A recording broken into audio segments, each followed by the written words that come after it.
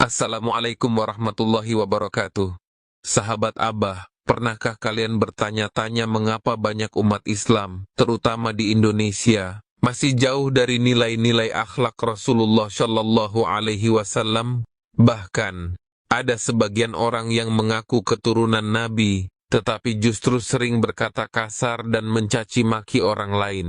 Apakah benar mereka lebih mulia daripada yang lain hanya karena garis keturunannya? Mari kita kupas pernyataan menarik dari Kiai Haji Akil Siraj dalam video ini. Kalau ISIS didirikan oleh seorang remaja umur 22 tahun dari Jordan namanya Mus'ab Zarqawi. Yang jelas 1000% made in Tel Aviv. Kalau ISIS, kalau Al-Qaeda enggak, bukan made in Tel Aviv, Al-Qaeda made in Afghanistan.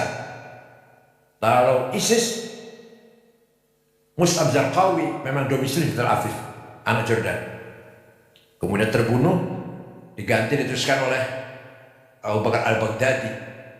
Yang nama aslinya Awad bin Ibrahim al-Badri. Sudah terbunuh juga sudah.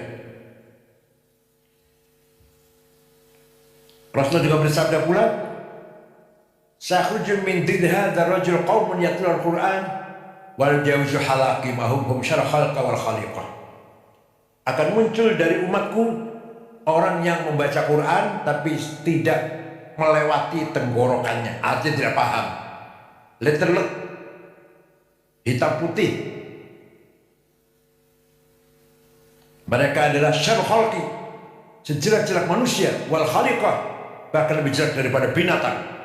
Lastu minhum wa laysu minna. Saya tidak termasuk mereka, tidak termasuk golonganku. Rawahu Muslim. Pada momentum izinkan LPOI dan LPOK mengajak semua pihak dan mengundang semua tim pemerintahan yang baru untuk bersama-sama menyusun roadmap pembangunan Indonesia yang melibatkan seluruh stakeholder bangsa dan membangun konsensus nasional untuk masa depan Indonesia yang lebih baik, agar ke depan blubuk pembangunan bukan hanya menjadi domain penyelenggara negara, tapi menjadi domain semua pihak untuk kemajuan bersama. LPOI, LPOK siap menjadi konsidator diplomasi dunia Islam di kancah internasional, sekaligus menjadi orkestrator harmoni pembangunan nasional untuk kebaikan bersama. Akhirnya soliditas dan sinergitas seluruh stakeholder bangsa, state, private sektor, pers, akademi, dan civil society untuk memajukan kehidupan kebangsaan Indonesia harus terus disegerakan agar melahirkan irama indah dan gerakan yang harmonis bagi masa depan Indonesia yang lebih baik. Itulah yang dinamakan Madinah. Nabi Muhammad tidak pernah mendeklarasikan negara agama, negara Islam, tidak pernah. Tidak pernah mendeklarasikan negara Arab, negara Madinah yang di dalamnya Muslim dan non-Muslim, Arab dan non-Arab, yang Islam pendatang dan pribumi, diberlakukan sama hak dan kewajibannya. Maka negara yang dibangun Nabi Muhammad adalah Madinah, bukan negara Islam, bukan negara Arab. Seperti Indonesia. Indonesia bukan negara agama, bukan negara suku. Indonesia yang terdapat 6 agama itu yang resmi, yang tercatat Pak 41. Yang tercatat masih banyak lagi agama kita ini. Indonesia bukan negara agama, bukan negara suku. Indonesia yang terdapat 6 agama itu yang resmi, yang tercatat Pak 41. Yang tercatat masih banyak lagi agama kita ini. Darmo Gandul, Gotoloco, Sambelun, Subud, Parpalin, Kaharingan, Kapitayan, Karuhunan, Sunda Wiwitan, Pedayakan. Masih banyak lagi agama, ada 200 barangkali Pak tradisinya. Yang saya Jogja kata gitu. Di Jogja banyak, di Jawa Tengah. Yang formal, yang resmi aja 6 agama: Islam, Katolik, Kristen, Hindu, Buddha, Konghucu. Bukan negara agama Indonesia ini. Bukan negara suku, bukan negara Jawa, Sunda, Batak, Dayak, Madura, bukan. Indonesia yang di dalamnya ratusan suku. Berapa? 400 ya? Lebih suku ya? 400 lebih suku dan 1000 lebih bahasa. yang harus kita jaga bersama. Kebinekaan harus kita jaga bersama.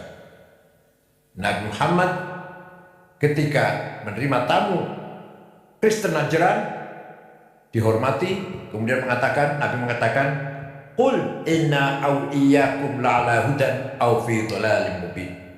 Ayo kita duduk bersama, bincang-bincang, entah aku atau Anda yang benar. Coba, kamu mengatakan saya benar, kamu salah, goblok, enggak gitu, enggak. Ya orang yang mengaku keturunannya ini, mulutnya kotor banget, padahal ngakunya keturunannya Nabi Muhammad. Nabi dulu, mari kita duduk bersama, ayo kita bincang-bincang. Inna kami au iyakum atau Anda, atau inna au iyakum kami atau Anda la'ala hudan yang benar, au fi dhalalin bin atau yang tidak benar. Ayo kita ngomong-ngomong. Itulah sikap Nabi Muhammad ketika menerima tamu Nasrani Najran. Dan ketika Raja Ethiopia Najasyi meninggal dunia beragama Ortodok, Nabi Muhammad salat gaib, mengajak para sahabatnya salat gaib, menyalati kematian Raja Ethiopia yang Ortodok. Ketika ada jenazah lewat, Nabi berdiri, sahabat mengasih tahu, itu jenazah Yahudi ya Rasulullah. Iya, saya tahu. Terus yang lewat ini jenazah Yahudi, saya tahu. Tapi mari kita hormati orang yang akan menghadap Tuhan. Itulah contoh-contoh yang sangat luar biasa dari akhlak yang mulia dari Rasulullah SAW. Kenapa kita umatnya amburadul, carut marut, gak karu-karuan, terutama di Indonesia ini yang jauh dari nilai-nilai akhlak Rasulullah SAW, bahkan yang mengaku keturunannya mulutnya kotor, caci maki sana sini. Saya mengatakan satu orang Habib yang bodoh lebih mulia daripada 70 kiai orang Jawa. Itu kan ngomong gak benar itu. Habib walaupun zina, walaupun minum arak, pasti masuk surga. Ini walhasil mereka ini menganggap diri mereka super. Kiai-kiai Jawa ini yang bukan Habib di bawah mereka. Ini bertentangan dengan Quran dan bertentangan dengan Rasulullah sendiri. Inna akramakum indallah. Yang mulia di mata Allah ada yang paling bertakwa, tidak pandang turunan siapa. Beliau mengungkapkan bahwa ada sebagian orang yang mengklaim dirinya sebagai keturunan Nabi, tetapi justru berperilaku tidak mencerminkan akhlak Rasulullah. Bahkan, ada anggapan yang menyebutkan bahwa seorang Habib, meskipun melakukan dosa besar seperti zina dan minum minuman keras, tetap dijamin masuk surga. Benarkah demikian? Bagaimana pandangan Islam mengenai hal ini? Apakah benar hanya karena keturunan seseorang bisa lepas dari kewajiban moral dan akhlak yang mulia?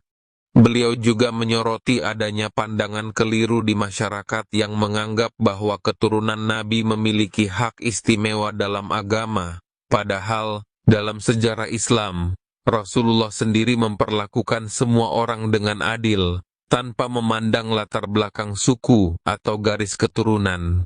Bahkan, Rasulullah pernah memperingatkan putrinya sendiri, Fatimah Az-Zahra, bahwa jika ia tidak bertakwa, maka ia tidak akan mendapatkan keistimewaan hanya karena menjadi putri Rasulullah. Ketika menerima tamu dari Kristen Najran, Rasulullah tidak serta-merta menyalahkan mereka, melainkan mengajak mereka berdiskusi dengan cara yang santun. Sikap Rasulullah ini menjadi teladan bagi kita semua bahwa Islam mengajarkan kelembutan, bukan sikap arogan, dan merasa paling benar. Rasulullah juga pernah menyalatkan jenazah seorang raja Kristen dari Ethiopia, Najasyi, sebagai bentuk penghormatan terhadap sesama manusia. Selain itu, Kiai Haji Akil Siraj juga mengingatkan bahwa negara yang dibangun oleh Rasulullah adalah Madinah, bukan negara Islam yang eksklusif untuk umat Muslim saja. Madinah adalah contoh masyarakat yang harmonis, di mana umat Islam, Yahudi, dan Nasrani hidup berdampingan dengan hak dan kewajiban yang sama. Ini menunjukkan bahwa Islam adalah agama yang membawa rahmat bagi seluruh umat manusia, bukan hanya untuk kelompok tertentu saja. Lebih lanjut, Kiai Haji Akil Siraj menyinggung soal bagaimana umat Islam di Indonesia saat ini lebih sering terpecah belah oleh perbedaan pandangan dan golongan. Padahal, esensi Islam adalah persatuan dan kasih sayang. Kita sering melihat fenomena saling menghujat di media sosial, bahkan di antara sesama Muslim, hanya karena perbedaan kecil dalam pemahaman agama.